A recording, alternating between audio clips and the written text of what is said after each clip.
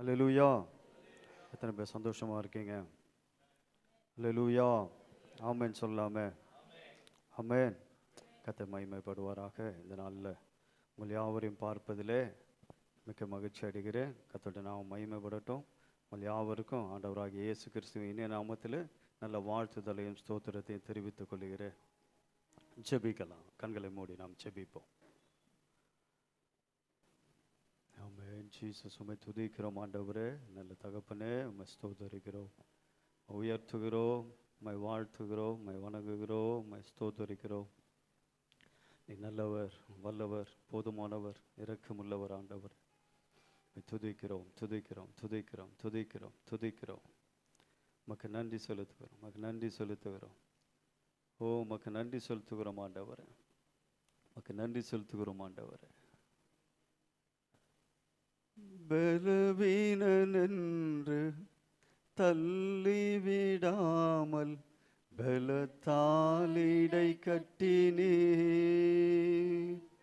பலவீனனென்று தள்ளிவிடாமல் பலத்தாலிடை கட்டினே. பலத்தாலிடை கட்டினே. எத்தனை நன்மைகள் எனக்கு செய்தீர், எப்படி நன்றி சொல்வேன், நான் எப்படி நன்றி சொல்வேன். ஐயா, எத்தனை நன்மைகள் எனக்கு செய்தீர், எப்படி நன்றி சொல்வேன், நான் எப்படி நன்றி சொல்வேன். கிருபையும் இரக்கம் நிறைந்த நல்ல ஆண்டவரே, இந்த நல்ல நாளுக்காய் நன்றியோடு உம்மை துதிக்கிறோம் ஆண்டவரே. இந்த நாளில் கூட நீர் எங்களோடு ஆண்டவரே நீ பேசும்படியாய், இடைப்படும்படியாய் இந்த கரத்தில் ஒப்படைக்கிறேன். கர்த்ததாமே உம்முடைய வார்த்தைகளை எங்களுக்கு தந்தருளும்படியாய் செபிக்கிறேன். உடைய கரம் எங்களோடு இருந்து காணப்படட்டும். காரியங்களை வாய்க்க பண்ணுவீராக. இயேசுவின் இனிய நாமத்திலே கேட்கிறேன், ஜீவனும் இரக்கம் நிறைந்த நல்ல தகப்பனே, ஆமென். அல்லேலூயா சொல்லாமா? அல்லேலூயா, அல்லேலூயா. கர்த்தருடைய நாமம் மகிமைப்படுவதாக. இந்த நாளில் கூட ஆண்டவருடைய வார்த்தையை பகிர்ந்து கொள்வதில் மிக்க மகிழ்ச்சி அடைகிறேன். கர்த்தர் மகிமைப்படுவாராக. வாசிக்க எடுத்துக்கொண்ட வேத பகுதி சங்கீதம் 118 அதிகாரம் 14 வசனம். 118 அதிகாரம் 14 வசனம். கர்த்தர் என் பெலனும், கர்த்தர் என் பெலனும், என் கீதமுமானவர், என் கீதமுமானவர், அவர் எனக்கு ரட்சிப்புமானார். அவர் எனக்கு ரட்சிப்புமானார். அல்லேலூயா சொல்லாமே. யார் நமக்கு பெலனா இருக்கிறதா? கர்த்தர். கர்த்தர் நமக்கு பெலனா இருக்கிறார். கர்த்தர் யாருடைய பெலன்? என் பெலன். சொல்லுங்க பார்க்கலாம். என் பெலன். தாவீது இவ்வாறு தான் சொல்றாரு. அவர் என் பெலனா இருக்கிறாரு, என் திடனா இருக்கிறாரு, அவர் என் பக்கத்தில் இருக்கிறாரு, அவர் என் அருகாமையில் இருக்கிறார். ஆகையால் நான் என்ன பண்ணப்படுறதில்லை, அசைக்கப்படுவதில்லை என்று சங்கீதக்காரனாகிய தாவீது சொல்றார். நீங்களும் நானும் சொல்லணும், கர்த்தர் என் பெலன், அவர் என் கீதமானவர், அவரே என் ரட்சிப்புமானவர் என்று சொல்லணும். அல்லேலூயா சொல்லாமே. நம் பெலனா இருக்கிற ஆண்டவர் எப்படி இருக்கிறார் தெரியுமா? எனக்கு அன்பான தேவனுடைய பிள்ளைகளே, அவர் நம்முடைய பெலனாகவும் திடனாகவும் நம்பிக்கையாகவும் அவர் நமக்கு இருக்கையில் நீங்களும் நானும் அசைக்கப்படுகிறதில்லை. அல்லேலூயா சொல்லாமே. அல்லேலூயா. பிலிப்பு இவ்வாறு அவர் எழுதின நிருபத்தில், பவுல் அவர்கள் எழுதின பிலிப்புக்கு எழுதின நிருபத்தில் 4 அதிகாரம் 13 வசனம் இப்படி சொல்லுகிறது, என்னை பலப்படுத்துகிற கிறிஸ்துவினாலே எல்லாவற்றையும் செய்ய எனக்கு பலன் உண்டு. அல்லேலூயா சொல்லாமே. நமக்கு எப்பொழுதும் ஒரு பலன் இருக்குது. அது யாருடைய பலன் என்றால் கர்த்தருடைய பலன். அல்லேலூயா. கர்த்தருடைய பலன் நம்மோடு கூட இருக்கும்போது எதையும் நம்மால் சாதிக்க முடியும், எதையும் நம்மால் கட்ட முடியும், எதையும் நம்மால் எழுந்து நாட்ட முடியும், எதையும் நம்மால் சேர்ந்து செய்ய முடியும். அல்லேலூயா சொல்லாமே. அல்லேலூயா. எவ்வளவு அருமையான ஒரு வார்த்தை பாருங்க. பலப்படுத்துகிறவராகிய இயேசு கிறிஸ்து, ஆகையால் எல்லாவற்றையும் செய்ய நமக்கு என்ன உண்டு? பலன் உண்டு. நீங்கள் சொல்லணும், பலன் இல்லாத நேரத்தில், கஷ்டமான நேரத்தில், வேதனையான நேரத்தில் நீங்கள் சொல்லணும், எனக்கு பலன் உண்டு. என்னை பலப்படுத்துகிறவராகிய இயேசு கிறிஸ்துவினாலே எல்லாவற்றையும் செய்ய எனக்கு என்ன உண்டு? பலன் உண்டு என்று நாம் சொல்ல வேண்டும். அல்லேலூயா சொல்லாமே. ஒரு சின்ன காரியத்தை நடப்பிக்க வேண்டுமானால் வேதத்தில் பார்த்தீங்கன்னா ரூத்தை நாம் எடுத்துக்கொள்ளலாம். அவங்க மாமியாரோடு கூட சேர்ந்து அந்த வீட்டுக்கு வந்துட்டு அவங்கள போலவே அந்த கூடாரத்தில் இருந்திருக்கலாம். ஆனால் இருக்கிறதான அந்த கொஞ்சம் பலத்தோடு கடந்து சென்று அவர்களுக்கும் அவருடைய மாமியாருக்கும் சேர்ந்து என்ன பண்ணாங்க? கோதுமை மணிகளை கொண்டு வந்தாங்களாம். கொண்டு வந்து 2 பேரும் என்ன பண்ணாங்களாம்? திருப்தியாய் சாப்பிட்டார்கள் என்று வேதம் சொல்கிறது. உனக்கு இருக்கிற கொஞ்ச பலத்தோட நீ என்ன பண்ணுமா? போக வேண்டும் என்று வேதம் சொல்கிறது. அல்லேலூயா. அப்படி செல்லும்பொழுது கர்த்தர் உங்கள் பலனாக இருந்து உங்களை ஆசீர்வதிக்க அவர் வல்லமையுடையவராக இருக்கிறார். அல்லேலூயா சொல்லாமே. எதற்கு எடுத்தாலும் நாம் என்ன சொல்கிறோம்? பலன் இல்லை, திடன் இல்லை, எனக்கு செய்ய முடியாத சூழ்நிலை இருக்குது, நான் எப்படி பலத்தோடு போய் அந்த காரியத்தை நடப்பிக்கிறது, நான் எப்படி எழுந்து போய் அதை நிறைவேற்றுகிறது என்று சொல்கிறோம். ஆனாலும் இங்கே சொல்கிறார், ஆண்டவர் சொல்கிறாரு, என்னை பலப்படுத்துகிற கிறிஸ்துவினாலே எல்லாவற்றையும் செய்ய எனக்கு பலன் உண்டு. அல்லேலூயா. பலத்தை குறித்ததான காரியங்களை இந்த நாளில் நாம் பார்க்கலாம். இன்னொரு காரியத்தை நாம் பார்க்கலாம். 2 கொரிந்தியர் 12ஆம் அதிகாரம் 9ஆம் வசனம். 2 கொரிந்தியர் 12ஆம் அதிகாரம் 9ஆம் வசனம். அதற்கு அவர், என் கிருபை உனக்கு போதும், பலவீனத்திலே என் பலன் பூரணமாய் விளங்கும். அல்லேலூயா சொல்லாம. பலவீனமாக இருக்கும்போது தான் அங்கே என்ன இருக்குதா? அவருடைய பலனும் கிருபையும் இருக்குது. பூரணமாக என்ன விளங்குதா? அவருடைய கிருபை பூரணமாய் விளங்கும் என்று வேதம் சொல்லுகிறது. அல்லேலூயா சொல்லாம. இன்னொரு முறை அதை படிக்கலாமே. அதற்கு அவர் என் கிருபை உனக்கு போதும், என் கிருபை உனக்கு போதும், என் கிருபை உனக்கு போதும், பலவீனத்திலே என் பலன் பூரணமாய் விளங்கும். இங்கு பவுலுக்கு ஒரு முள் கொடுக்கப்பட்டு இருந்ததாக வேதத்தில் சொல்லப்பட்டு இருக்கிறது. அவர் ஜெபிக்கிறாரு, நான் இப்படி பலவீனமாக இருக்கிறேன்னு, என் சரீரத்தில் இப்படி ஒரு வியாதியாக இருக்கலாம், ஒரு வேதனையாக இருக்கலாம், அவர் கொடுக்கப்பட்ட ஒரு கஷ்டமான ஒரு காரியமாக இருக்கலாம். ஆனாலும் அவர் ஆண்டவரத்தில் முறையிடும்பொழுது ஆண்டவர் சொல்கிறதான ஒரே வார்த்தை, என் கிருபை உனக்கு போதும், உன் பலவீனத்தில் என் பலன் பூரணமாய் விளங்கும் என்று சொல்கிறார். பவுல் அந்த வார்த்தையை கொண்டு கடைசி வரைக்கும் அந்த பலத்தோடு ஓடி ஜெயித்தார் என்று வேதம் சொல்லுகிறது. அல்லேலூயா சொல்லாமே. அல்லேலூயா. பலவீனம் பார்த்தீங்கன்னா எத்தனையோ சூழ்நிலைகளை நாம் சொல்ல முடியும். சுகமில்லாத காரியம், வேதனையான காரியம், சோர்ந்து போயிருக்கிற காரியம், நம்ம நோய்வாய்ப்பட்டு இருக்கிறதான காரியம், ரொம்ப முத்தி போன சூழ்நிலையில் இருக்கிறதான காரியம், பலன் இல்லாமல் ரொம்ப பலவீனமாக இருக்கிற காரியத்தில் தேவனுடைய கிருபை நம்மை காக்க வல்லமையுடையதாக இருக்கிறது. ஏசாயா 40ஆம் அதிகாரம் 29ஆம் வசனத்தை வாசிங்களேன். ஏசாயா 40ஆம் அதிகாரம். சோர்ந்து போகிறவருக்கு அவர் பலன் கொடுத்து சத்துவம் இல்லாதவனுக்கு சத்துவத்தை பெருக பண்ணுகிறார். அல்லேலூயா சொல்லாமே. அல்லேலூயா. சோர்ந்து போகிறவனுக்கு அவர் பலத்தை கொடுத்து சத்துவம் இல்லாதவனுக்கு சத்துவத்தை பெருக பண்ணுகிறார்.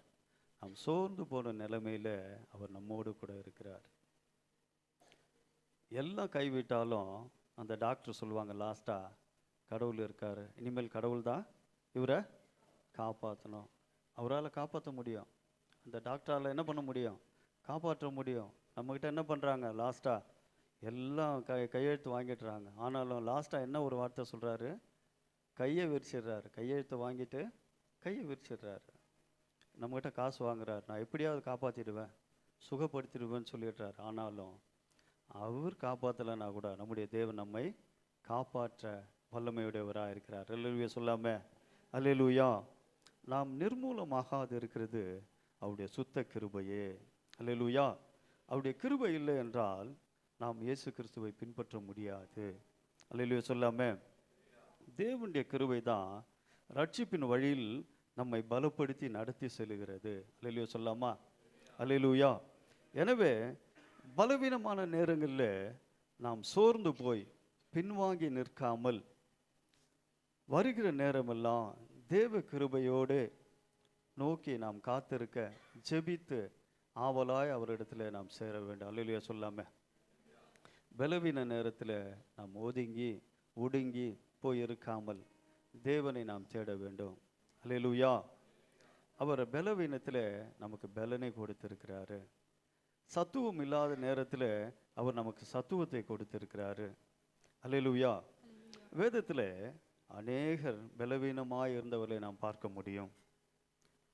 பேதுருவின் மாமியை சொல்லலாம், யோபுவை சொல்லலாம், யவீருவின் மகளை சொல்லலாம், அந்த பெரும்பாடுள்ள ஸ்திரியை பார்த்து நாம் சொல்லலாம். இவங்க எல்லாம் மிகவும் பலவீனப்பட்டு இருந்தார்கள் என்று வேதம் சொல்லுகிறது. இந்த பலவீனம் உள்ளவர்களை பலவானாகிய இயேசு கிறிஸ்து அவர்கள் அருகிலே வரும்பொழுது அனைவருக்கும் சுகம் கிடைத்தது இந்த வேதத்தில் பார்க்கிறோம். அல்லேலூயா சொல்லாமே பலவீனத்தில் இருந்த அந்த பெரும்பாடுள்ள ஸ்திரீ அவரை தொட்டார்கள், அவர்களுக்கு பலன் கிடைத்தது, சுகம் கிடைத்தது. பேதுருவின் மாமியை ஆண்டவர் போய் செபித்து அவர்களுக்கு சுகத்தை கொடுத்தார் என்று வேதம் சொல்லுகிறது. யவீருவின் மகளுக்கு அவர் எழுந்திரு என்று சொல்லும்போது அவள் உயிரோடு எழுப்பப்பட்டாள் என்று வேதம் சொல்லுகிறது. அல்லேலூயா சொல்லாமே அல்லேலூயா. இவ்விதமாக அநேகருக்கு தேவன் பலவீனத்திலே பலத்தை தந்து ஆசீர்வதித்தார் என்று வேதம் சொல்லுகிறது. அல்லேலூயா சொல்லாமே. சங்கீத புத்தகம் 46ஆம் அதிகாரம் 1ஆம் வசனத்தை எடுத்து வாசிங்க. தேவன் நமக்கு அடைக்கலமும் பலனும் ஆபத்து காலத்தில் அனுகூலமான துணையுமானவர். அல்லேலூயா சொல்லாமே. எப்படி இருக்காரா தேவன் நமக்கு? எப்படி இருக்காரு? அடைக்கலமும் பலனும். எப்ப? ஆபத்து காலத்தில் அனுகூலமான துணையுமானவர். அல்லேலூயா சொல்லாம நம்முடைய அருகிலே ஒரு பலவான் இருக்கும்பொழுது நாம் பயப்பட தேவையில்லை. ஆபத்து நேரத்தில் நம்மை காக்க ஒரு கவன் நம்ம இடத்துல இருக்கும்பொழுது நாம் பயப்பட தேவையில்லை. வண்டி ஓட்டும் பொழுது சொல்கிறாங்க, ஹெல்மெட் அணிந்து போனால் உன்னுடைய தலை என்ன பண்ணப்படும்? காக்கப்படும் சொல்கிறாங்க. ஆனாலும் சில வேளையில் தலை நசுங்கி போயிடுது, காப்பாற்ற முடியாமல் போகிறது. ஆனால் நம்முடைய கவனனாகிய ஆண்டவர் நம்மை காப்பாற்ற வல்லமையுடையவராக இருக்கிறார். அல்லேலூயா. ஆபத்து காலத்தில் என்னை நோக்கி கூப்பிடு, நான் உன்னை விடுவிப்பேன், நீ என்னை மகிமைப்படுத்துவாய் என்று வேதம் சொல்லுகிறது. எந்த ஒரு பகுதி நம்மிடத்தில் பலவீனமாய் காணப்படுகிறதோ அந்த பகுதியை ஆண்டவரிடத்தில் ஒப்படைக்க வேண்டும். அது பாவமாக இருக்கலாம், வியாதியாக இருக்கலாம், வேதனையாக இருக்கலாம், எழ முடியாத சூழ்நிலையாக இருக்கலாம். அந்த பலவீனத்தை ஆண்டவரிடத்தில் ஒப்படைக்கும் பொழுது அவர் அதிலிருந்து நம்மை மீட்க அவர் வல்லமையுடையவராக இருக்கிறார். அல்லேலூயா சொல்லாம அது பலவீனம் என்று நாம் கண்டுபிடிச்சிட்டாலே நம்ம சீக்கிரம் எழுந்திருக்க முடியும். நம்முடைய நண்பர்கள் நம்ம இடத்துல ஒரு குறையை கண்டுபிடிச்சிட்டா அதை வச்சே நம்மளை கடைசி வரைக்கும் என்ன பண்ணுவாங்க? நம்மளை மேய்ச்சிக்கிட்டே இருப்பாங்க. ஆனால் அவன் இந்த குறையை தான் நம்மக்கிட்ட கண்டுபிடிச்சிட்டான்னு நம்ம தெரிஞ்சுக்கிட்டா அவனிடத்துலேருந்து நாம் ஒதுங்கி உண்மையாக நேர்த்தியாக நம்மளால் வாழ முடியும். அல்லேலூயா சொல்லாம அல்லேலூயா.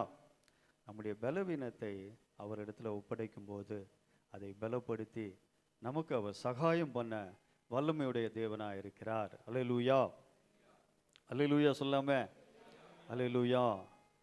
பலவீனங்களை அறிந்து ஐயோ என்னால் தொடர்ந்து கிறிஸ்துவுக்காய் முன்னேற முடியலையே, என் பலவீனத்தில் தேவனுடைய கரம் தொட்டாய் நலமாய் இருக்குமே என்று நீங்கள் நினைத்தா உங்களுடைய பலவீனமான காரியங்களை அவரிடத்துல ஒப்படைங்க.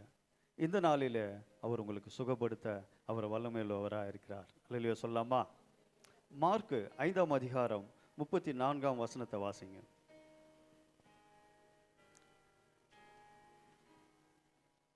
மார்க்கு 5ஆம் அதிகாரம் 34ஆம் வசனம். அவர் அவளை பார்த்து, மகளே, உன் விசுவாசம் உன்னை ரட்சித்தது, நீ சமாதானத்துடனே போய் உன் வேதனை நீங்கி சுகமாயிரு என்றார். அல்லேலூயா சொல்லாம?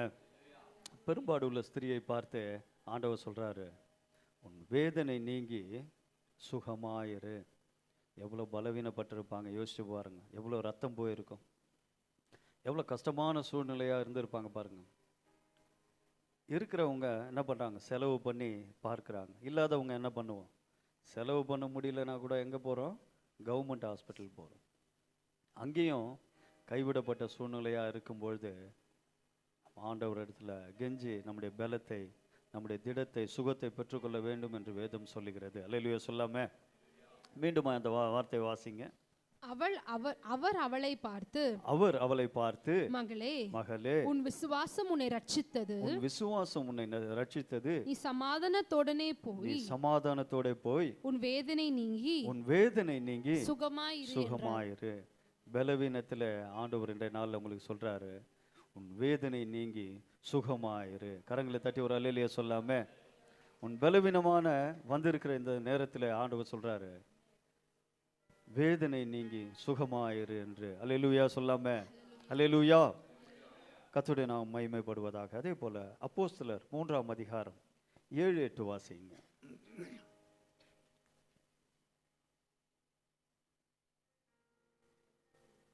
வலது கையினால் வலது கையினால் அவனை பிடித்து தூக்கிவிட்டான். அவனை பிடித்து தூக்கிவிட்டான். உடனே அவனுடைய கால்களும் அவருடைய கால்களும் கரடுகளும் பலன் கொண்டது.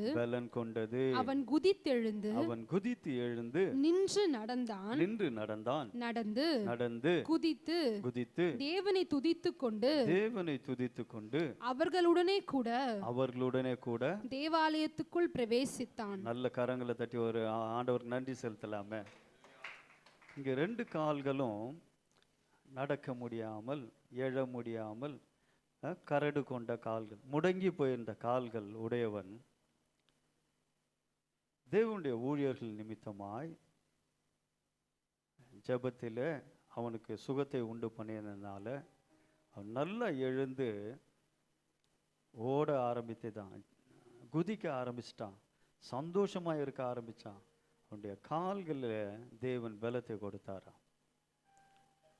பலனை பெற்று கொண்ட உடனே அவன் திரும்பி வீட்டுக்கு ஓடிடல, அந்த ஊழியர்களோடு சேர்ந்து தேவ ஆலயத்துக்குள் பிரவேசித்து தேவனை மகிமைப்படுத்தினான் என்று வேதம் சொல்கிறது. அல்லேலூயா சொல்லாம? பலன் கிடைத்த உடனே, சுகம் கிடைத்த உடனே, ஆரோக்கியம் கிடைத்த உடனே தேவனை மறந்து ஓடிவிடக்கூடாது. அல்லேலூயா சொல்லாம? பின்பாக ஓடிவிடக்கூடாது. மீண்டும் அந்த பலவீனம் உங்களை தொடரும். வேதம் அப்படி தான் சொல்லுது.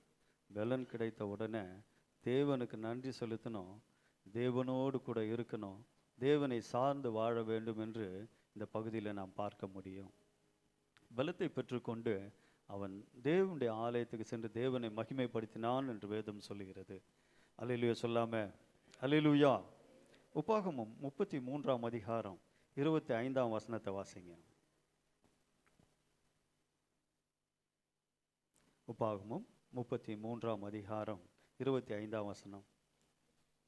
இரும்பும் வெண்கலமும் உன் பாதரட்சையின் கீழ் இருக்கும். உன் நாட்களை குறித்ததாக, உன் நாட்களுக்கு தக்கதாய் உன் பலனும் இருக்கும் என்றான். என்னதான் ஸ்ட்ரெங்தா இருந்தாலும் உன் பலன் எப்படி இருக்குமா? உன் நாட்களுக்கு தக்கதாய் உன் பலன் உனக்கு இருக்கும் என்று ஆண்டவருடைய வார்த்தை சொல்லுகிறது. எத்தனை பேர் கரங்களை உயர்த்தி சொல்ல முடியும்? ஆண்டவரே, என் நாட்களுக்கு தக்கதாய் நல்ல பலத்தை எனக்கு தாங்க ஆண்டவரேன்னு சொல்லுங்க. கரங்களை உயர்த்தி சொல்லுங்க, ஆண்டவரே, என் நாட்களுக்கு தக்கதாய் எனக்கு உம்முடைய பலத்தை கொடுங்க என்று சொல்லும்பொழுது அவர் பலத்தை கொடுக்க அவர் வல்லமையுடையவராக இருக்கிறார். அல்லேலூயா, அல்லேலூயா. தேவனுடைய வார்த்தை சொல்லுகிறது, நான் உங்களுக்கு பலப்படுத்தி உனக்கு என்ன பண்ணுவேன்? சகாயம் பண்ணுவேன். அப்போ ஆண்டவர் உங்களை பலப்படுத்துறார். பலவீனத்திலிருந்து பலப்படுத்துறார். சுகவீனத்திலிருந்து சுகத்தை கொடுக்கிறார். நோயிலிருந்து விடுதலை கொடுக்கிறார். வியாதியிலிருந்து உன்னை தூக்குறார். மரண பிடியிலிருந்து உன்னை எழுந்திருக்கும்படி செய்கிறார். அல்லேலூயா சொல்லாம.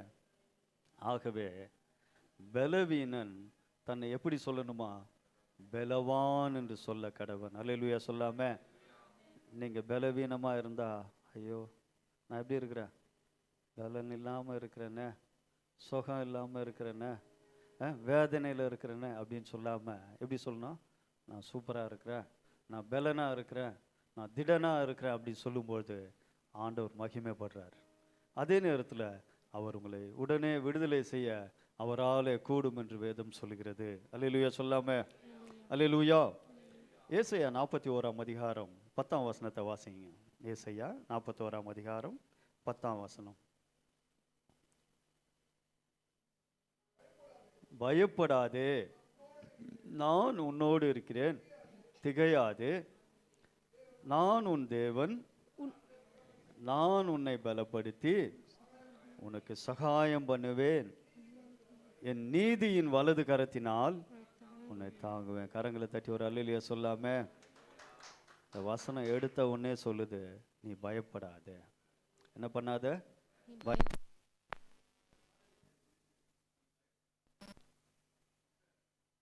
இந்த விதமான நோய்களை குறித்து நீ பயப்படாத, வேதனை குறித்து நீ பயப்படாத, நான் உனக்கு பலப்படுத்தி உன்னை சகாயம் பண்ணுவேன் என்று வேதம் சொல்லுகிறது. அல்லேலூயா. அது மட்டுமல்லாமல் என் நீதியின் வலது கரத்தினால் உன்னை தாங்குவேன் என்று சொல்லுகிறது. அல்லேலூயா. ஒரு தாங்குகிற தேவன் நம்மோடு கூட இருக்கிறார். அவருடைய வலது கரம் உனக்கு என்ன பண்ணுமா? சகாயம் செய்யும் என்று வேதம் சொல்லுகிறது. அவருடைய வலது கரம் உன்னை என்ன பண்ணுமா? தூக்கும் என்று வேதம் சொல்லுகிறது. அவருடைய வலது கரத்தில் நீங்கள்லாம் யாருடைய கரத்தில் எழுதப்பட்டிருக்கீங்களா? ஆண்டோடைய உள்ளங்கையில் வரைந்து இருக்கிற தேவன் என்றென்றைக்கும் அவர் உங்களை மறக்கிறதில்லை என்று வேதம் சொல்லுகிறது. அல்லேலூயா சொல்லாமே. எனவே பலவீனத்தை நினைத்து சோர்ந்து போய் விரக்தி அடைந்து விடாமல், பலவீனத்தில் தேவனுடைய பலன் ரெட்டிப்பாக விளங்கும்படி நாம் ஜெபிக்க வேண்டும். நாம் அவரை துதிக்க வேண்டும். நாம் அவரோடு கூட நடக்க வேண்டும். அவ்விதமாய் உண்மையாக நேர்மையாக நம்முடைய பலவீனங்களில் தேவ சமூகத்தில் நாம் அறிக்கையிடும்போது நம்முடைய பலவீனங்களை அவர் மாற்ற வல்லமையுடையவராக இருக்கிறார். அல்லேலூயா சொல்லாம. அல்லேலூயா. அல்லேலூயா. ஆகவே எனக்கு பலவீனம் இருக்குது என்று நாம் சொல்லக்கூடாது.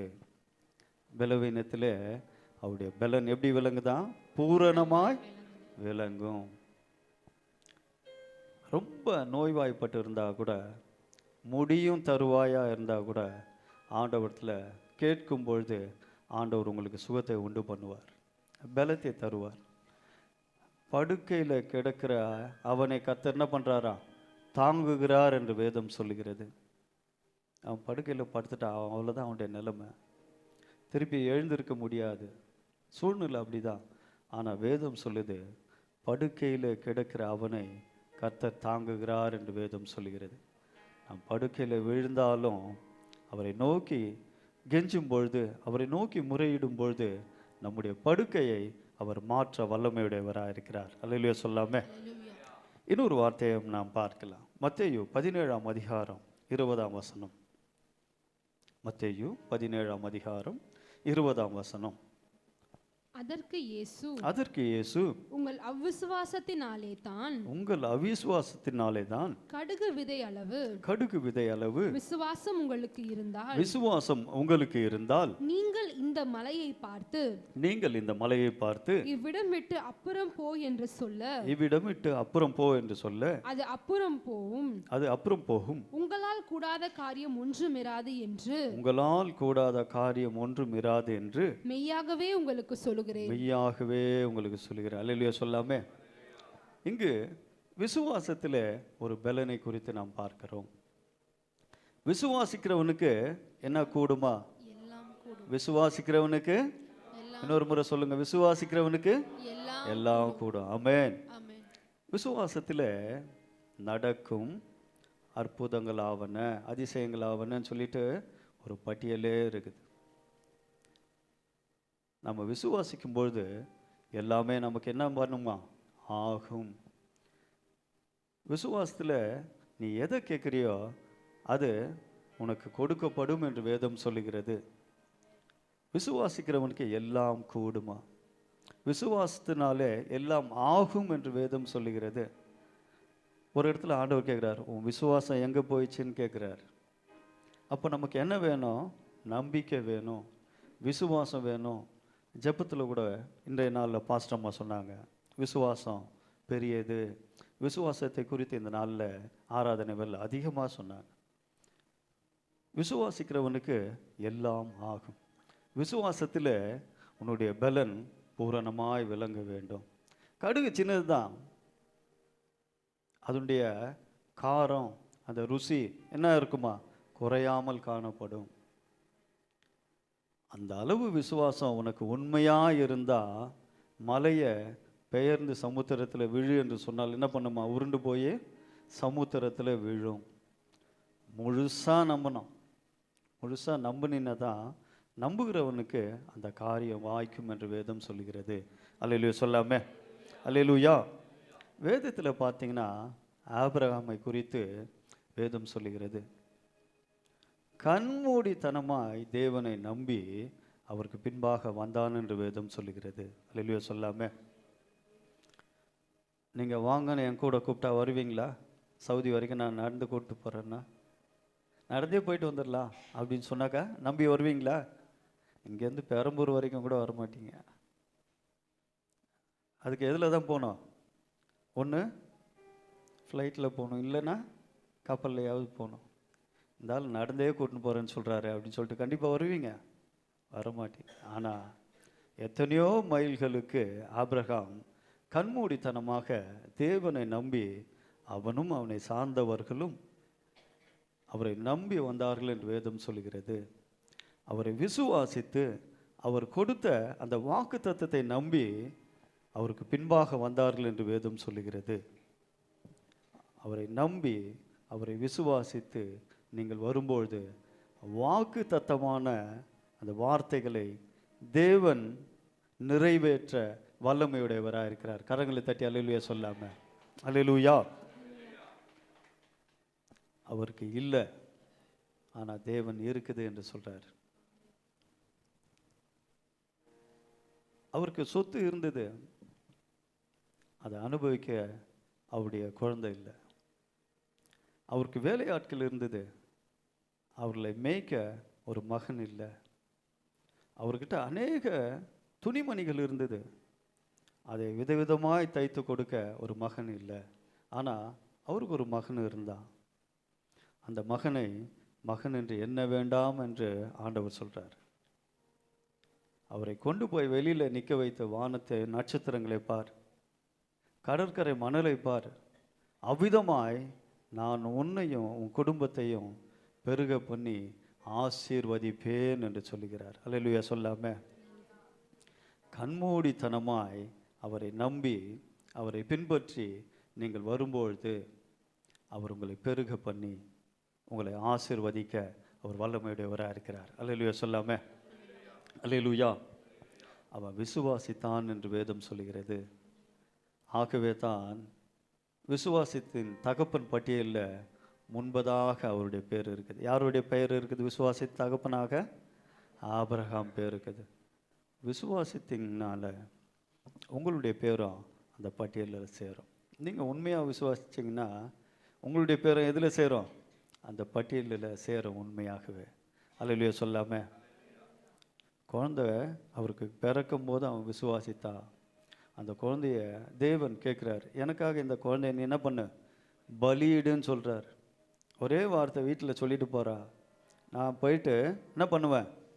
பலியிட்டுட்டு திரும்பி வருவேன் அப்படின்னு சொல்லிட்டு போகிறான். எங்கே அவனுடைய விசுவாசம் இருக்குது பாருங்க. வீட்டில் பிரயாணம் பண்ண தொடங்கும் போதே அவனுடைய விசுவாசம் காணப்பட்டது. நீங்கள் எதை அறிக்கையிடுறீங்களோ தேவன் அதை நிறைவேற்ற வல்லமையுடையவராக இருக்கிறார். ஆகினால உங்களுடைய நாவின் அறிக்கை உண்மை உள்ளதாய், ஒழுக்கம் உள்ளதாய், மேன்மை உள்ளதாய் இருக்க வேண்டும். அப்படி உண்மையாய் நீங்கள் அறிக்கை செய்யும்பொழுது அதை நிறைவேற்ற தேவன் வல்லமையுடையவராக இருக்கிறார். அல்லேலூயா, அல்லேலூயா சொல்லாம வந்துட்டாங்க. அந்த மலை அடிவாரத்துக்கு வந்துட்டு வேலையாட்களை அங்கேயே நிற்க வைக்கிறார். அங்கேயும் மீண்டும் அவர் சொல்கிறாரு, நானும் என்னுடைய குமாரனும் சென்று மலையில் பலியை செலுத்தி மீண்டுமா என்ன பண்ணுவோம், திரும்ப வருவோம். நம்பிக்கை இருக்கா? யோசிச்சு பாருங்க. ஆண்டவர் யாரை கேட்டிருக்காரு? அவனுடைய குமாரனை கேட்டிருக்காரு. இவன் நம்பிக்கையாக சொல்கிறான், நானும் என்னுடைய குமாரனும் திருப்பி பலி செலுத்திட்டு என்ன பண்ணுவோம், வருவோம். அப்போ உங்களுடைய வார்த்தைகளை தேவன் கேட்கிறாரா இல்லையா? பலி தேவனுக்கு தேவைதான். ஆனாலும் தன்னுடைய நேசிக்கிறதான அந்த மகனை ஆபிரகாம் தேவனுடைய சிநேகிதன் எனப்பட்டான் என்று வேதம் சொல்லுகிறது. அல்லையோ சொல்லாம நீங்களும் நான் அந்த பேர் வாங்கணும். உண்மையாகவே அது ரொம்ப மேன்மையான ஒரு பேர். ஆபிரகாம் தேவனுடைய சிநேகிதன் எனப்பட்டான். ஒரு நண்பனுக்கு ஒரு சின்ன காயம்னா கூட என்ன பண்ணுவோம், வீட்டில் அடிபட்டால் கூட பார்க்க மாட்டோம். ஒரு ஃப்ரெண்டுக்கு அடிபட்டால் என்ன பண்ணுவோம், உடனே ஓடி போய் அவனுக்கு செய்ய வேண்டிய எல்லா காரியத்தையும் செய்வோம். தேவன் தன்னுடைய சிநேகிதனுடைய அந்த சின்ன விண்ணப்பத்தை கூட கேட்டார் என்று வேதம் சொல்லுகிறது. அவன் பலி செலுத்துகிறான். பலி செலுத்தும் பொழுது கத்திய பிள்ளையாண்டான் மேல் போடாதே என்று வேதம் சொல்லுகிறது. அங்கே ஒரு சின்ன ஆட்டுக்குட்டி தேவனுக்காக பலியாய் செலுத்தப்பட்டது என்று வேதம் சொல்லுகிறது. அல்லேலூயா சொல்லாம பலியும் நடந்தது, பிள்ளையும் மீண்டது என்று வேதம் சொல்லுகிறது. தேவனுக்கு தேவையான காரியத்தை தேவனே கொடுத்தார் என்று வேதத்தில் நாம் பார்க்க முடியும். அல்லேலூயா. விசுவாசம் பெரியவைகளை சாதிக்க கொண்டு வருகிறதான ஒரு நல்ல ஆயுதம் என்று நான் சொல்லக்கூடும். அல்லேலூயா. சின்ன ஒரு முழங்கால் படிட்டு நீங்கள் ஜெபிக்கும் பொழுது அந்த மூளை சாதிக்காததை எது சாதிக்குதா? முழங்கால் சாதிக்கும் என்று வேதம் சொல்லுகிறது. அல்லேலூயா, அல்லேலூயா சொல்லாம மார்க்கு 10ஆம் அதிகாரம் 52ஆம் வசனத்தை வாசிங்க.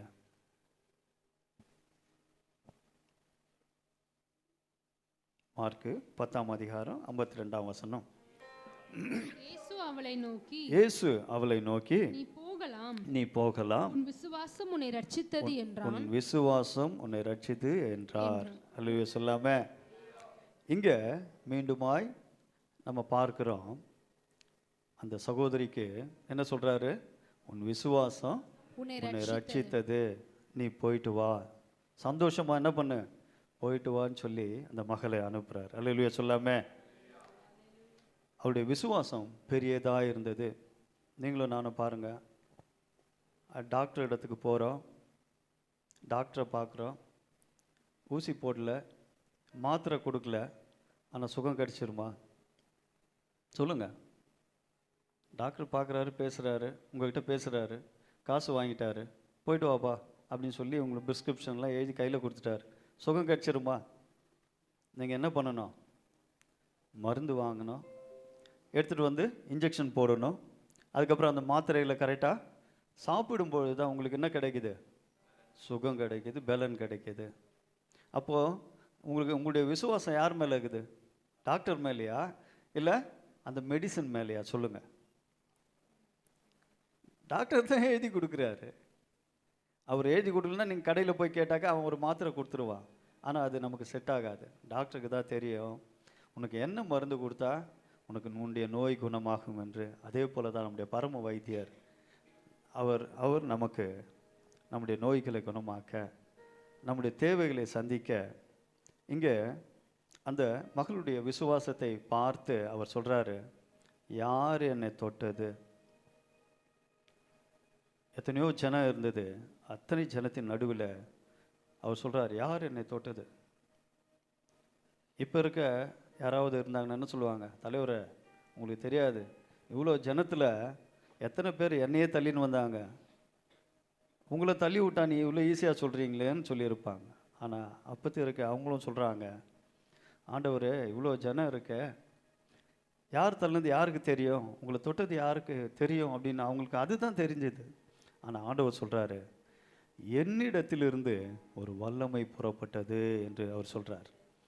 அந்த ஸ்திரீயோ பயந்து, வேதத்தில் படிச்சிங்கன்னா சொல்லும், பயந்து அவர் இடத்துல போய், ஆண்டவரே நான் தான் உண்மை தொட்டேன் அப்படின்னு சொல்கிறாங்க.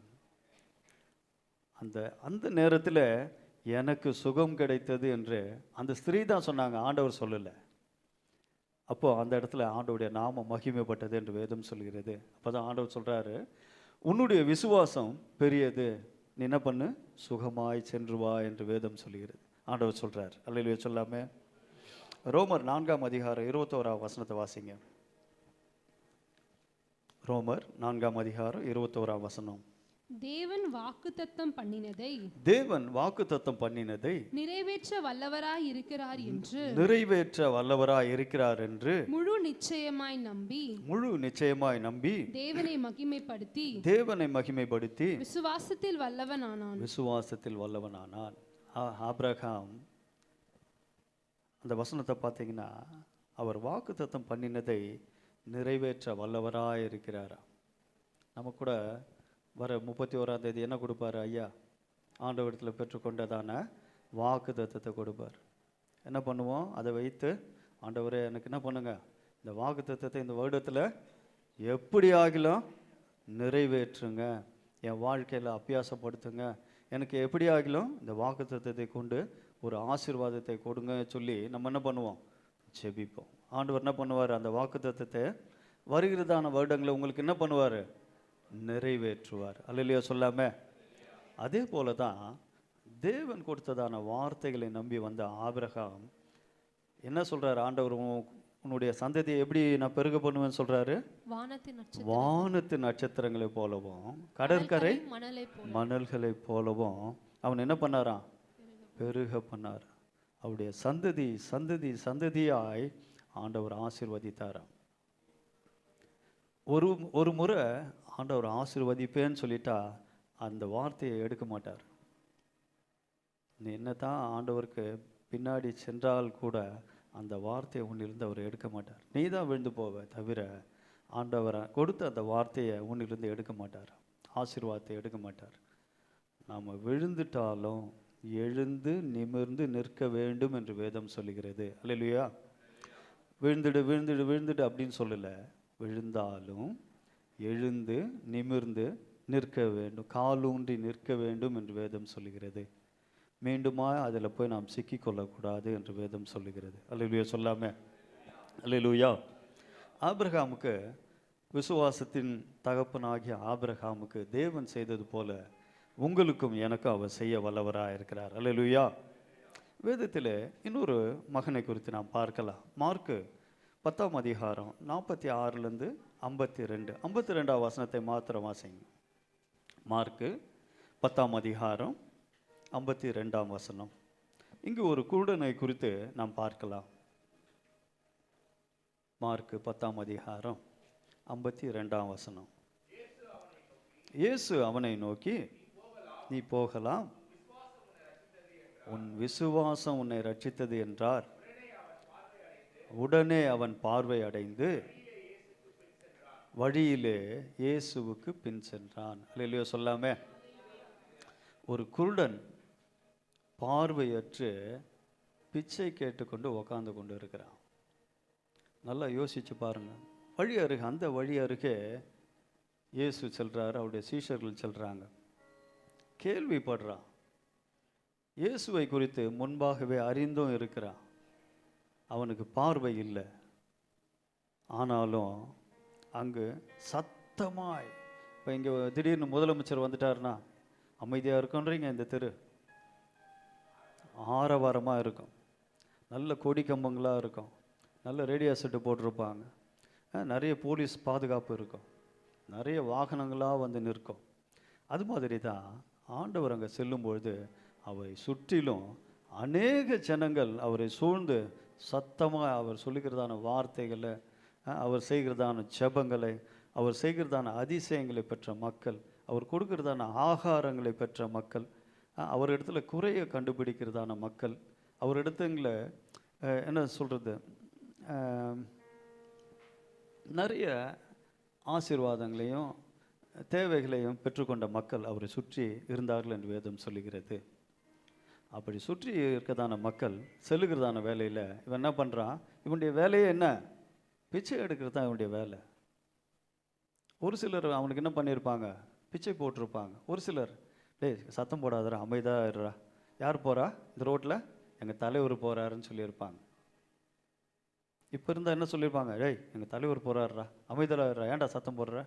ஒரு குடிகாரனா வச்சுக்கோங்களேன், சத்தம் போடுறான். இந்த சைடில் நம்ம முதலமைச்சர் போகிறாருன்னா என்ன சொல்லுவோம்?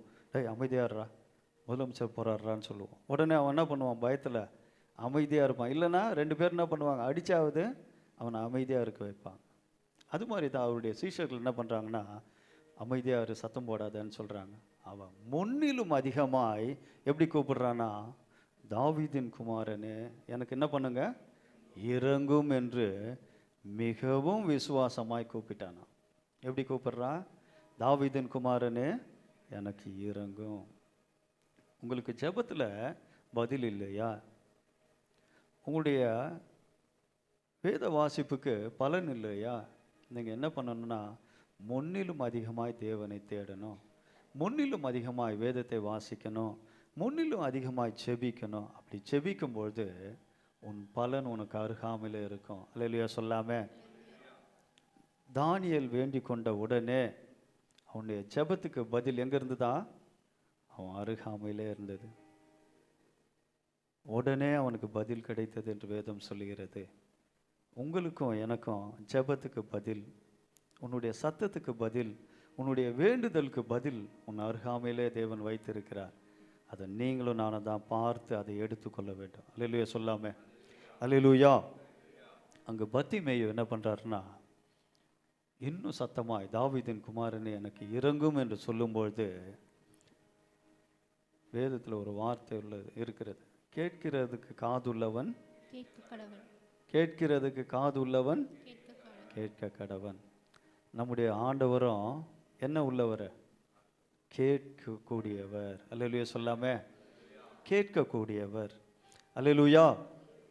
அவர் அந்த சத்தத்தை கேட்டார். அந்த சத்தத்தை அவர் கேட்டார். அந்த சத்தத்தை அவர் கேட்டு அவன் தன் அருகாமையிலே கொண்டு வரும்படியாய் சொன்னார் என்று வேதம் சொல்லுகிறது. அவனை தன் அருகாமையில் கொண்டு வந்து, நான் உனக்கு என்ன செய்ய வேண்டும் என்று கேட்கிறார். அல்லேலூயா சொல்லாம. அல்லேலூயா. நீங்கள் ஜெபிக்கிறது மாத்திரமல்லாமல் நீங்கள் ஆண்டவரோடு பேச பழகி கொள்ள வேண்டும் என்று வேதம் சொல்லுகிறது. நீங்கள் ஜெபிக்க ஜெபிக்க ஜெபிக்க ஆண்டவர் உங்களோடு பேசுகிறத நீங்கள் உணர முடியும். ஆண்டவர் உங்களோடு இடைப்படுறத உணர முடியும். நீங்கள் உங்களை எழுப்ப சொன்னாலும் ஆண்டவர் உங்களை எழுப்புவார். ஜெபிக்கிறதுக்கு அதிகாலை வேலையில், ஆண்டவரே நான் காலையில் எழுந்திரிச்சு மூடு நான் பேசணும் ஜெபிக்கணும்னு சொல்லி நைட்டில் ஜெபித்து படுத்து பாருங்க, ஆண்டவர் அதை வாய்க்க செய்வார். உங்களை எழுப்புவார், ஜெபிக்க வைப்பார், துதிக்க வைப்பார். நீங்கள் அப்படி செஞ்சீங்கன்னா ஆண்டவர் உங்களை மேன்மையாக வைப்பார் என்று வேதம் சொல்லுகிறது. அல்லேலூயா. அல்லேலூயா. அவன் என்ன பண்ணுறான்னா, ஆண்டவர் இடத்துல கொண்டு போகப்பட்டான். மிகவும் சந்தோஷம். அவனுக்கு என்ன இல்லை? பார்வை இல்லை. கிட்ட போனவனை என்ன பண்ணியிருப்போம்? ஒரு சாதாரண ஒரு எம்பி எம்எல்ஏ வரும்போது நம்ம என்ன பண்ணுறோம்? அவரை போயிட்டு கட்டி பிடிச்சிக்கிறோம். ஆனால் சட்டை சூப்பராக இருக்குண்ணா, நான் காஸ்ட்லியாக போட்டிருக்கீங்கண்ணா, கண்ணாடி அருமையாகுதுண்ணா. அவருக்கு என்ன பண்ணுறோம்? மாலைகளை போட்டு மரியாதை செலுத்தி அவரை நாம் என்ன பண்ணுறோம்? வரவேற்கிறோம். ஆனால் அவனுக்கு பார்வை இல்லை. அவன் என்ன பண்ணியிருப்பான்? நான் நினைக்கிறேன் ஆண்டவரை கட்டி பிடிச்சிருப்பான். ஆண்டவர் எவ்வளோ அழகாக இருந்திருக்காரு. அவருடைய துணிகளை தொட்டு பார்த்துருப்பான், அவருடைய முடிகளை தொட்டு பார்த்துருப்பான், அவருடைய முகத்தை தொட்டு பார்த்துருப்பான்னு நான் நினைக்கிறேன். அல்லேலூயா சொல்லாமே. ஆண்டவர் சொல்கிறாரு, நான் உனக்கு என்ன செய்ய வேண்டும்? இந்த நாளில் கூட ஆண்டவர் உங்களை பார்த்து கேட்குறாரு, நீங்கள் ஜெபிக்கிறீங்களா? உங்களுடைய ஜெபத்துக்கு பலன் ஆண்டவர் கேட்குறார், நான் உனக்கு என்ன செய்யணும்? அவன் சொல்கிறான், ஆண்டவரே நான் பார்வை அடையணும். இன்றைக்கு நீங்கள் என்ன வேண்டுதலோடு வந்திருக்கிறீங்களோ நீங்கள் ஆண்டவருடைய சமூகத்தில் சொல்லுங்கள், ஆண்டவரே எனக்கு இதை கொடுங்க, இதை எனக்கு செய்யுங்க அப்படின்னு சொல்லும்பொழுது ஆண்டவருடைய ஒரு வார்த்தை இருக்குது, கர்த்தருடைய பர்வதத்திலே இது பார்த்து கொள்ளப்படும் என்று வேதம் சொல்கிறது. நீ இங்கே விதைக்கிறதான அந்த விதையை ஆண்டவர் பலன் கொடுக்க அவர் வல்லமையுடையவராக இருக்கிறார். அல்லேலூயா, அல்லேலூயா. அவனுடைய வேண்டுதல், அவனுடைய ஜெபம், அவனுடைய கூக்குரல் அந்த நாளிலே கேட்கப்பட்டது. ஆண்டவர் சொல்றாரு, நீ போ, உனக்கு உன் விசுவாசம் உன்னை ரட்சித்ததுன்னு தான் சொல்றார். அவன் பார்வை அடைந்து அந்த ஜன கூட்டத்தோடு அவரோடு கூட சென்று அவரை மகிமைப்படுத்தினான் என்று வேதம் சொல்கிறது. கரங்கள் தட்டி ஒரு அல்லேலூயா சொல்லாம, அல்லேலூயா, அல்லேலூயா. நீங்களும் நானும் கூட விசுவாசித்தால், நம்முடைய நம்பிக்கையை பெருக பண்ணினால், அதை செயல்படுத்த கர்த்தர் வல்லமையுடையவராக இருக்கிறார். ஆமென் சொல்லாமே, ஆமென். இன்னொரு வார்த்தையை நாம் பார்க்கலாம், தேவ பலனை குறித்து நாம் பார்க்கலாம். ரோமர் 1ஆம் அதிகாரம் 11ஆம் வசனம்.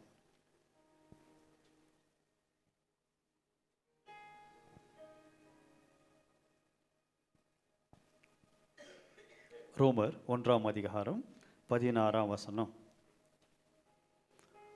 கிறிஸ்துவின் சுவிசேஷத்தை குறித்து, கிறிஸ்துவின் சுவிசேஷத்தை குறித்து நான் வெட்கப்படேன், நான் வெட்கப்படேன். முன்பு யூதரிலும் முன்பு யூதரிலும் பின்பு கிரேக்கரிலும் பின்பு கிரேக்கரிலும் விசுவாசிக்கிறவன் எவனோ விசுவாசிக்கிறவன் எவனோ அவனுக்கு ரட்சிப்பு உண்டாவதற்கு அவனுக்கு ரட்சிப்பு உண்டாவதற்கு அது தேவ பலனாய் இருக்கிறது. அது தேவ பலனாய் இருக்கிறது. இங்கு சுவிசேஷ வார்த்தைகளை குறித்து நாம் பார்க்க முடியும். சுவிசேஷத்தை அறிவிக்க நாம் வெட்கப்படக்கூடாது. சுவிசேஷ வார்த்தையானது, இந்த சத்தியமான வார்த்தையானது ஒரு நாள் நம்மை காப்பாற்றும். இந்த வார்த்தை தான் நம்மை ரட்சிப்புக்குள்ளே கொண்டு வந்தது என்று வேதம் சொல்லுகிறது. இந்த வார்த்தையை நாம் வெட்கப்படாமல் விதைக்க வேண்டும் என்று வேதம் சொல்லுகிறது. நீங்கள் பெற்ற இன்பத்தை பெருக தான் இந்த வையகம் என்று நல்ல வார்த்தைகளை சொல்லுவாங்க தமிழில். நாம் பெற்ற இன்பம் பெருக இவ வையகம் என்று வேதம் சொல்லுகிறது. அதே போல் நீங்கள் பெற்ற இந்த சந்தோஷத்தை, சமாதானத்தை, ஒரு இன்பத்தை நீங்கள் என்ன பண்ணணும்? மற்றவர்களுக்கு சாட்சியாக, தேவனுடைய வார்த்தையாக, பாடலாக, ஜெபமாக நீங்கள் சொல்லும்பொழுது தேவன் உங்களையும் மற்றவர்களையும், உங்களை ஆண்டவர் தொட்டது போல மற்றவர்களையும் அவர் தொடுவார், அவர்களை ரட்சிப்பார், அவர்களையும் ஆலயத்துக்குள்ளே கொண்டு வந்து உங்களைப் போல சந்தோஷமாய் வைப்பார் என்று நான் சொல்ல முடியும். அல்லேலூயா சொல்லாமல் நீங்கள் ஆண்டவரை பற்றி சொல்ல மாட்டேன், நான் ரட்சிக்கப்பட்டது போதும், நான் இங்கே வந்துட்டு கஷ்டப்படுறது போதும், நான் வந்து இங்கே வேதனைப்படுறது போதும், ஆண்டவர் எனக்கு என்ன கொடுத்துட்டாரு அப்படின்னு நினைக்காம நம்ம என்ன பண்ணணுமா? ஆண்டவர் எல்லா நேரத்திலையும் நம்மை பாதுகாக்க அவர் வல்லமையுடையவராக இருக்கிறார். அவருடைய வார்த்தை நம்மை சுகப்படுத்துகிறது, அவருடைய வார்த்தை நம்மை பலப்படுத்துகிறது, அவருடைய வார்த்தை நம்மை தைரியப்படுத்துகிறது. அவருடைய வார்த்தை தான் தூரமாக இருக்கிறவனையும் சென்று சுகப்படுத்தி திரும்ப வருகிறது என்று வேதம் சொல்கிறது. அல்லேலூயா சொல்லாம, அல்லேலூயா. அவருடைய வார்த்தையை நீ நம்பும் பொழுது, அதை விதைக்கும் பொழுது, அது 30, 60, 100 பலன் கொடுக்க வல்லமையுடையதாக இருக்கிறது. அல்லேலூயா, அல்லேலூயா. சுவிசேஷத்தை நாம் பிரசங்கிக்க வேண்டும். இப்போ நம்முடைய ஆலயத்தில் கூட புதுசாக ஊழியத்தை ஸ்டார்ட் பண்ணியிருக்காங்க. என்ன ஊழியம் சொல்லுங்கள்? ட்ராக்ஸ் ஊழியம். எத்தனை பேர் அதில் கலந்து கொண்டு இருக்கீங்க? கையில் தூக்குங்களை பார்க்கலாம். கலந்து கொள்ளாதவங்களும் பேரை கொடுத்து கலந்து கொள்ளுங்கள். கர்த்தர் உங்களை ஆசீர்வதிப்பார். சுவிசேஷத்தை நீங்கள் அறிவிக்கும் பொழுது ஆண்டவர் உங்கள் நடைகளை ஸ்திரப்படுத்துவார். சுவிசேஷம் அறிவிக்கிறவனுடைய கால்கள் எப்படி இருக்குதா? அழகாக இருக்கிறது என்று வேதம் சொல்லுகிறது. சுவிசேஷத்தை நீங்கள் என்ன பண்ணணுமா? அறிவிக்க வேண்டும். அல்லேலூயா. ரட்சிக்கப்படுவதற்கு இந்த வார்த்தைகளை நாம் மற்றவரிடத்தில் சொல்லும்பொழுது அந்த வார்த்தைகள் மிகவும் பலனுள்ளதாக இருக்குமா.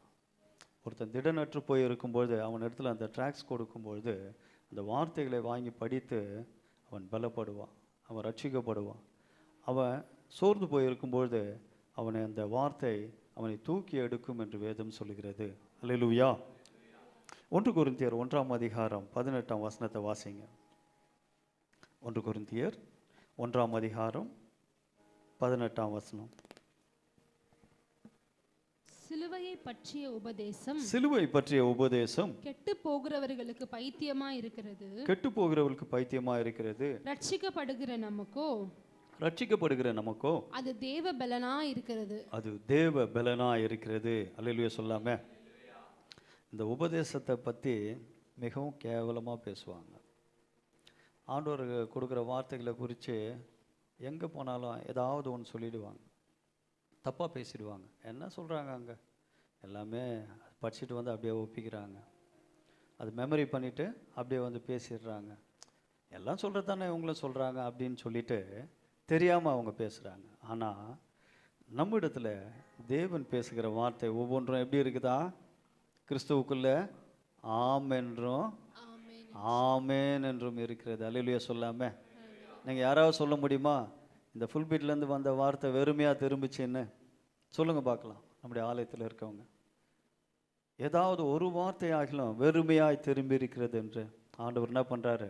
தன்னுடைய வார்த்தையை மகிமைப்படுத்துகிறார், தன்னுடைய வார்த்தையை கிரியை செய்ய வைக்கிறார்.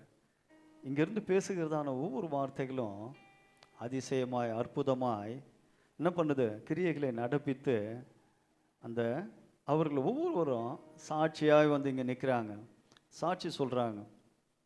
கிரியின் பலனை என்ன பண்ணுதா இந்த வார்த்தை கொடுக்கிறது என்று வேதம் சொல்லுகிறது. அல்லேலூயா.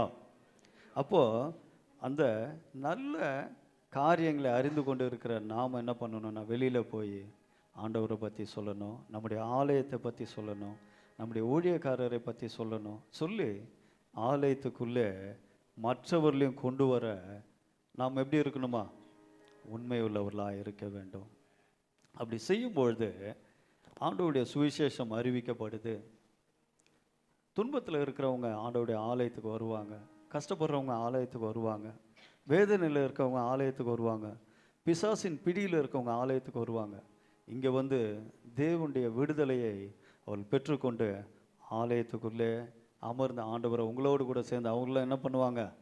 ஆண்டவரை தொழுது கொள்ளுவாங்க, ஆராதிப்பாங்க. அல்லேலூயா சொல்லாம. நீங்களும் நானும் சேர்ந்து இப்படிப்பட்ட ஊழியங்களை செய்யும்பொழுது தேவனுடைய பலன் நமக்குள்ளே இறங்கி கிரியை செய்கிறதா இருக்கிறது. நீங்கள் உங்களுடைய நண்பர்களுக்கு சின்ன ஜெபத்தை செய்து பாருங்கள். ஏதோ கஷ்டம் உங்ககிட்ட தான் வந்து ஷேர் பண்ணுறான்னா உடனே நண்பன் நான் ஒரு சின்ன ஜெபம் பண்ணுறேன், ஆண்டவர் உனக்கு உதவி செய்வார் சொல்லி ஜெபம் பண்ணி பாருங்கள். அந்த சின்ன ஜெபத்துக்கும் ஆண்டவர் உண்மையாக பதில் கொடுப்பார். அப்போ அவங்க கேட்பாங்க, எப்படி இந்த ஜெபம்லாம் நீங்கள் பண்ணுறீங்க, எப்படி உங்களுக்கு இதெல்லாம் கிடைக்குது, எப்படி நீங்கள் ஆண்டவர்கிட்ட உண்மையாக இருக்கீங்கன்னு சொல்லும்போது நீங்கள் ஆண்டவருடைய ஆலயத்தை குறித்து சொல்லலாம், நம்முடைய சபையில் இருக்கிறதான போதகரை குறித்து சொல்லலாம். ஆண்டவருடைய வார்த்தைகளை நீங்கள் ஷேர் பண்ணும்போது அவங்கள என்ன பண்ணுவாங்கன்னா நம்மோடு கூட சேர்ந்து ஆண்டவரை நம்பி ஆண்டவருடைய ஆலயத்துக்கு வருவாங்க. அல்லேலூயா சொல்லாம. ஆண்டவருடைய வார்த்தை வெறுமையாய் திரும்பாது என்று வேதம் சொல்லுகிறது. அல்லேலூயா. அது எப்படி கிரியை செய்தால் 30, 60, 100 பலன் கொடுக்கிறதா இருக்கிறது. அல்லேலூயா. சிலுவையை பற்றிய உபதேசம் மற்றவர்களுக்கு தான் எப்படி இருக்கா? பைத்தியமாக இருக்கிறது. ரட்சிக்கப்பட்ட நமக்கு அது எப்படி இருக்குதா? தேவ பலனா இருக்கிறது. அல்லேலூயா. அல்லேலூயா. 1 கொரிந்தியர் 1ஆம் அதிகாரம் 24ஆம் வசனத்தை வாசிங்க. ஆகிலும் யூதரானாலும் கிரேக்கரானாலும் எவர்கள் அழைக்கப்பட்டிருக்கிறார்களோ அவர்களுக்கு கிறிஸ்து தேவபலனும் தேவ ஞானமுமாய் இருக்கிறார். அல்லேலூயா சொல்லாம. நாம் எப்பேற்பட்டவர்களாக இருந்தாலும் ஆண்டவருக்குள்ள வந்த பிறகு அவர் நமக்கு எப்படி இருக்காராம்? தேவ பலனும் தேவ ஞானமுமா இருக்கிறார். அல்லேலூயா சொல்லாம. அவருடைய ஞானம் நம்மை வழி நடத்துகிறது, அவருடைய பலன் நம்மை தாங்குகிறது. அல்லேலூயா. ஒரு வார்த்தை இருக்குது, நான் உன்னை என்ன பண்ணுவேன்? ஏந்துவேன், தாங்குவேன், சுமப்பேன், தப்பு வைப்பேன். எப்படிப்பட்ட ஒரு வார்த்தை பார்த்தீங்களா? நம்மளா இருந்தால் என்ன சொல்லுவோம்? நான் பார்த்துக்கிறேன், நான் உன்னை கூப்பிட்டு வரேன், நான் உன்னை கூப்பிட்டு போய் என்ன பண்ணுறேன், இந்த ஹாஸ்பிட்டலில் சேர்த்துறேன்னு சொல்லுவோம். ஆனால் சேர்க்க முடியாத சூழ்நிலை இருக்கலாம், சேர்க்கக்கூடாமல் போகலாம். ஆனாலும் ஆண்டவர் சொல்கிறார், நான் உன்னை என்ன பண்ணுவேன்? ஏந்துவேன், தாங்குவேன், சுமப்பேன், தப்பு வைப்பேன். எப்பேற்பட்ட ஒரு நல்ல ஆண்டவர் பாருங்க. அவர் தான் சொல்கிறாரு, அழைக்கப்பட்டவர்கள். நீங்கள்லாம் என்ன பண்ணப்பட்டவங்க? அழைக்கப்பட்ட தேவனால் தெரிந்து கொள்ளப்பட்டவங்க, ரட்சிக்கப்பட்டவங்க, ஆண்டவருடைய வார்த்தைகளை நம்புகிறவங்க. இப்பேற்பட்ட மக்களாகிய உங்களுக்கு அவர் பெலனும் தேவ ஞானமாக இருந்து உங்களை ஆசீர்வதிக்க வல்லமையுடையவராக இருக்கிறார். அல்லேலூயா சொல்லாமே. அல்லேலூயா. நீங்களும் உண்மையாய் அழைக்கப்பட்டு இருந்தால் அந்த தேவ பெலன் உங்களை தாங்கும், உங்களை என்ன பண்ணும்? ஏந்தும், சுமக்கும், உங்களை தப்பு வைக்கும். அல்லேலூயா சொல்லாமே. இந்த நாளில் கூட நம்ம என்னென்ன வார்த்தைகளை பார்த்தோம் சொல்லுங்க பார்க்கலாம். பலவீனத்தில் பெலன், கர்த்தரே என் பெலன். அல்லேலூயா சொல்லாமே. இன்னொரு வார்த்தை எதை பார்த்தோம்? தேவ பெலன். அப்புறம் விசுவாசத்தின் பெலன். அல்லேலூயா சொல்லாமே. விதமான பெலனை கர்த்தர் நமக்கு தந்து நம்மை ஆசீர்வதிக்க அவர் வல்லமையுடையவராக இருக்கிறார். அல்லேலூயா சொல்லாமே. ஜெபிக்கலாமா? கண்களை மூடி நாம் ஜெபிப்போம். நல்ல ஆண்டவரே, இந்த நல்ல நாளுக்காக நன்றி செலுத்தி உம்மை துதிக்கிறோம். ஆண்டவரே, உம்முடைய கிருபை, உம்முடைய பலன், உம்முடைய ஆண்டவரே நல்ல தயவு, விசுவாசம், ஆண்டவரே நீரே எங்கள் பலன், தேவ பலன். ஆண்டவரே, பலவீனத்தில் பலன் என்று ஆண்டவரே இந்த நாளில் எங்களோடு கூட நீ பேசின தயவுக்காக நன்றி செலுத்தி உம்மை துதிக்கிறோம். ஆண்டவரே, உண்மையாய் நாங்கள் நம்ப, உண்மையாய் நாங்கள் விசுவாசிக்க, உண்மையாய் நாங்கள் உண்மை சார்ந்து இருக்க நீ உதவி செய்தலும்படியாய் செபிக்கிறேன். உன் பலவீனத்தில் என் பலன் பூரணமாய் விளங்கும் என்று நீ சொன்ன நல்ல வார்த்தைக்காய் நன்றி செலுத்துகிறேன். யார் யார் இந்த நாளில் பலவீனமாய் ஆண்டவரே வந்திருக்கிறார்களோ அவர் நல்ல பலத்தை தந்து நீர் ஆதரித்து வழிநடத்தும்படியாய் உம்மை துதிக்கிறேன். ஆண்டவர் காத்துக்கொள்ளும், வழிநடத்துங்க, தேவையெல்லாம் சந்திப்பிறாங்க. எங்களோடு இடைப்பட்டு பேசின தயவுக்காக நன்றி செலுத்தி உம்மை ஸ்தோத்தரிக்கிறேன். காத்துக்கொள்ளுங்க, வழிநடத்துங்க. இயேசுவின் இனிய நாமத்திலே கேட்கிறேன், ஜீவனும் இரக்கம் நிறைந்த நல்ல பிதாவே. ஆமேன், ஆமேன், ஆம். கர்த்தர் மகிமைப்படுவாராக.